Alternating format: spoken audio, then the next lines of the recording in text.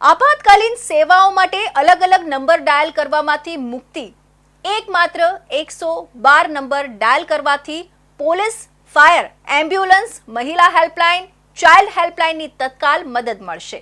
એક નંબર અનેક સેવાનો ડાયલ 112નો જનરક્ષક પ્રોજેક્ટ રાજ્યમાં નાગરિક સુરક્ષા માટે સલામતી માટેનું સરકારનું વિઝનરી પગલું છે। ગૃહ રાજ્યમંત્રી હર્ષ સંઘવીએ સુરત ખાતેથી ડાયલ 112 જનરક્ષકની 22 બોલેરો ગાડીઓ તથા અન્ય 30 ગાડીઓ મળી 52 ગાડીઓને ફ્લેગ ઓફ આપી પ્રજાની સેવા માટે પ્રસ્થાન કરાવ્યું હતું।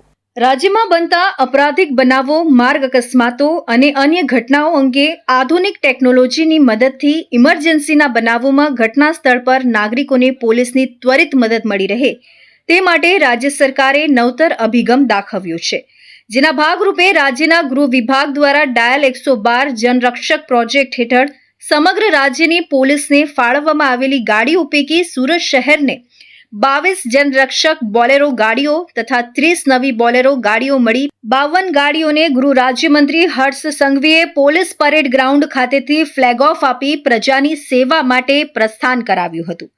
આ પ્રસંગે પોલીસ કમિશનર અનુપમસિંહ ગેહલોત સહિતના પોલીસ અધિકારીઓ ઉપસ્થિત રહ્યા હતા। આજે ગુજરાત સરકાર દ્વારા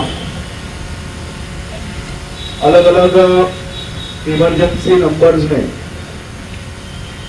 બધા જ નંબરોની બદલે આજે 112 નંબરની જે આપણે શરૂઆત કરી છે, જનરક્ષક 112 એ શહેરીજનોની વ્યવસ્થાઓ માટે, રાજ્યના સૌ નાગરિકોની વ્યવસ્થાઓ માટે જે રીતે રાજ્ય પોલીસ દ્વારા ખૂબ જ ગણતરીના દિવસોની અંદર આ વ્યવસ્થાઓની જે શરૂઆત કરવામાં આવી છે ખરેખર અભિનંદનના પાત્ર છે। કેન્દ્રીય ગૃહમંત્રી આદરણીય શ્રી અમિતભાઈ શાહ સાહેબ દ્વારા રાજ્યમાં 1000થી વધારે વાહનોનું લોકાર્પણ એ ગાંધીનગર ખાતેથી કરવામાં આવેલું। નોંધનીય છે કે આપાતકાલીન સેવાઓ માટે અલગ અલગ નંબર ડાયલ કરવામાંથી મુક્તિ મળી છે। રાજ્યના નાગરિકોએ પોલીસ માટે 100, એમ્બ્યુલન્સ માટે 108, ફાયર માટે 101, મહિલા હેલ્પલાઇન અભિયાન માટે 181, ચાઇલ્ડ હેલ્પલાઇન માટે 1098 અને ડિઝાસ્ટર હેલ્પલાઇન માટે 1070 અથવા 1077 એમ અલગ અલગ ઇમરજન્સી હેલ્પલાઇન નંબર યાદ રાખવા નહીં પડે। આ તમામ ઇમરજન્સી સેવાના નંબરને બદલે હવે માત્ર એક જ નંબર 112 ડાયલ કરવાનો રહેશે। નાગરિકોને તેમની જરૂરી ઇમરજન્સી મુજબ ત્વરિત મદદ માટેની જરૂરી ટીમ મોકલવાનું કાર્ય 112 હેલ્પલાઇનથી થશે। તમામ ઇમરજન્સી સેવાઓના સંકલિત નંબર તરીકે 112ના લોન્ચિંગ કરવામાં આવ્યું છે। सूरत शहर पुलिस को कुल 22 जितनी 112 नंबर की जनरक्षक गाड़ियां दी गई हैं और उसके अलावा 30 जितनी बोलेरो गाड़ियां अपने पुलिस स्टेशन के जो पुरानी गाड़ियां थी उनके अवेजी में दी गई हैं।